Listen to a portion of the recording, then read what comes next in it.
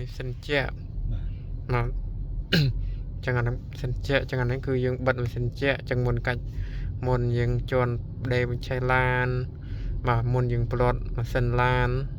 អានឹងយើងត្រូវបិទម៉ាស៊ីនជាមុនសិនយល់ទេបានយើងផ្លត់ឡានចឹងពេលដែលបញ្ឆេះហើយចឹងទៅបានយើងបើកម៉ាស៊ីនជាវាបាទដល់រូបនេះគឺអានេះម៉ាស៊ីនកម្ដៅយល់ទេបាទដល់នេះកម្ដៅខ្ចក់យល់ទេបាទកម្ដៅខ្ចក់មុខនិងខ្ចក់ក្រោយបាទដល់រូបនេះរូបត្រជាក់ពេញយល់ទេពេញក្នុងឡានរបស់យើងសរុបក្លិនខាងក្នុងឡានរបស់យើងចេញទៅក្រៅយល់ទេបាទដល់ដេញដាក់រូបសញ្ញានេះបាទរូបពីបាញ់ពីក្រៅចូលក្នុងឡានរបស់យើងវិញនេះគឺមានន័យថាវាបឺតយល់ទេវាបឺតខ្យល់បាទវាបឺតខ្យល់ពីក្នុងឡានយើងបាទចេញទៅបឺតខ្យល់ពីក្រៅនឹងចូលក្នុងឡានរបស់យើងចឹងមិនថាក្លិនអីទេបាទក្លិនលូក្លិនផ្សែងតែគេដិតអែបហ្នឹងគឺវាបក់ចូលក្នុងឡានរបស់យើងហើយយល់ណាបាទចឹងបើថាទឹកខែតអីទៅបើមិនគ្មានដីហុយមិនអីទេបើដាក់មើលក៏មិនអត់ចង់ប្រើខែតែចង់ប្រើខ្យល់ខាងក្រៅមិនចង់ប្រើខ្យល់ម៉ាស៊ីនត្រជាក់អីទេយើងបើកវាមកបាទដល់យើងដាក់រូបនេះអានេះយើងប្រើខ្យល់ម៉ាស៊ីនត្រជាក់ឡានរបស់យើងបាទអត់កន្លែងហ្នឹងមាន2បាទហ្នឹងយើង2ចង់ប្រើខ្យល់ម៉ាស៊ីនត្រជាក់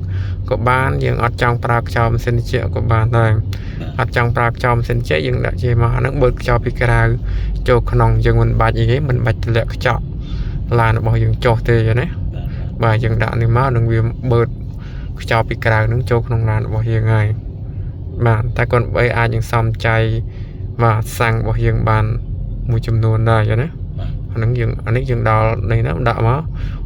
អានឹងវាបើកបាទវាក្រៅខ្យល់ម៉ាស៊ីនត្រជាក់ឡានរបស់យើងហើយបាទដល់នេះយើងទៅឡើងមកតាមកាមហ្នឹងមកយល់ទេបាទយើងមិនបាច់ដាក់អូតូទេយល់ទេបាទយើងមិនបាច់ដាក់អូតូទេតែអូតូរួមតឡានយើងវាថយបាទថយអាត្រជាក់ហ្នឹងបាទអញ្ចឹងវាឡានយើងក៏តែយើងបើកខ្លាំងវាម៉ាស៊ីនត្រជាក់យើងក៏កើនបាទម៉ាស៊ីនយើងក៏វាឡើងខ្លាំងដូចគ្នាដែរយល់ទេអញ្ចឹងមិនតែអង្សាវាចុះទេហ្នឹងវាយូរហើយអញ្ចឹងឡានយើងក៏វាស៊ីសាំងតាមដែលយើងបើកម៉ាស៊ីនត្រជាក់ខ្លាំងដូចគ្នាដែរអញ្ចឹងបើយើងចង់សំចៃសាំងរបស់យើងកុំឲ្យវា